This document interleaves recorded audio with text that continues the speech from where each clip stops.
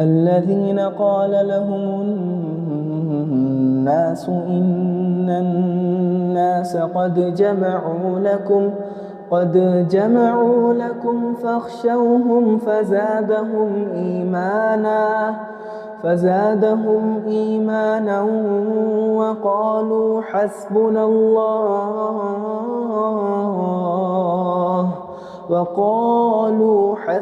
الله ونعم الوكيل.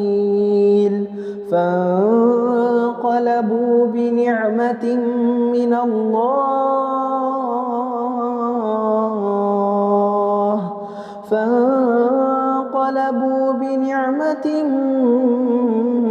الله وفضل لم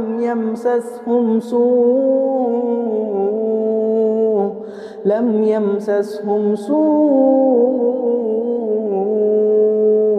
واتبعوا رضوان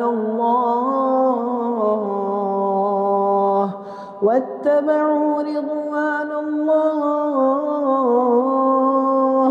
والله ذو فضل عظيم. إنما ذلكم الشيطان يخفف أولياءه فلا